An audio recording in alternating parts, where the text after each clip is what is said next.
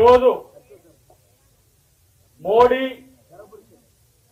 రాహుల్ గాంధీ గారిని రాజకీయంగా ఎదుర్కోలేక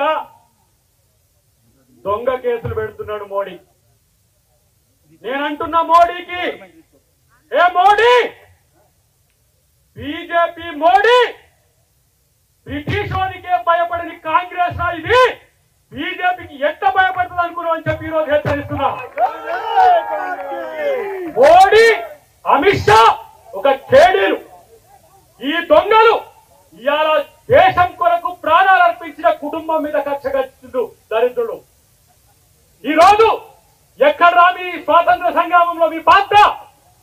ఇవాళ సెంటు భూమి కూడా లేదు, ఇల్లు కూడా లేని కుటుంబం మీద ఈడీ కేసు పెట్టి ఇవాళ మీరు బెదిరించాలని చూస్తే ఇవాళ గాంధీ కుటుంబానికి మేమందరం కూడా సభ్యులమే. మీరు అందరూ గుర్తుపెట్టుకోండి.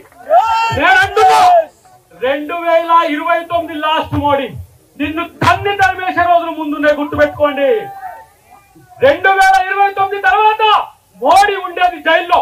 నేను అంటున్నా ఒక మాట, రాఫెల్ డీల్ లో నువ్వు అనిల్ అంబానీకి ఇవాళ 45,000 కోట్ల రూపాయల హవాలా చేసినావు.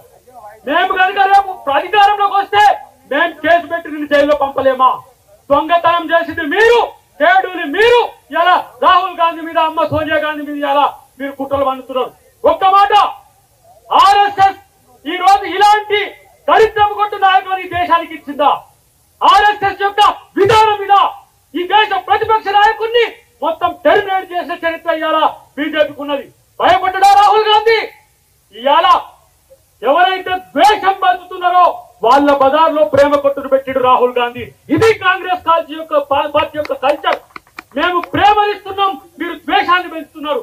విడగొట్టే మోడీకి తన్ని తరిమి కొట్టే రోజులు మన కాంగ్రెస్ పార్టీ చేస్తుందనే విషయాన్ని గుర్తుపెట్టుకోవాల్సిన అవసరం ఉంది. నేను అంటున్న చివరిగా ఒక మాట చెప్తున్నా మిత్రులారా, 45 సంవత్సరాల బీజేపీ, 45 సంవత్సరాల బీజేపీ ఇలా 145 ఏళ్ల పైచలకు చరిత్ర ఉన్న కాంగ్రెస్ పార్టీ ఈ దేశానికి స్వాతంత్రం తెచ్చినాం రా.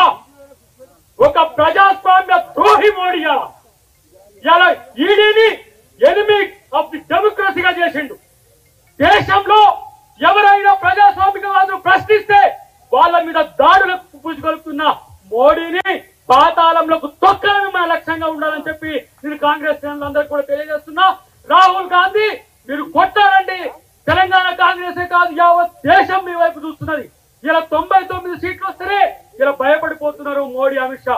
రేపటి కనుక అధికారంలోకి వస్తుందని ఒక ఆలోచన కనుక ఉంటే ఇలాంటి పరిస్థితిలో వస్తే మా బతికేందని చెప్పేలా మోడీ చూస్తున్న పరిస్థితి. కాబట్టి ఇవాళ దేశ ద్రోహులుగా మోడీ, అమిత్ షా ఉన్న స్థితిని మనందరం కూడా గమనించి కాంగ్రెస్ పార్టీని రక్షించుకోవాలి, ప్రజాస్వామ్యాన్ని రక్షించుకోవాలి.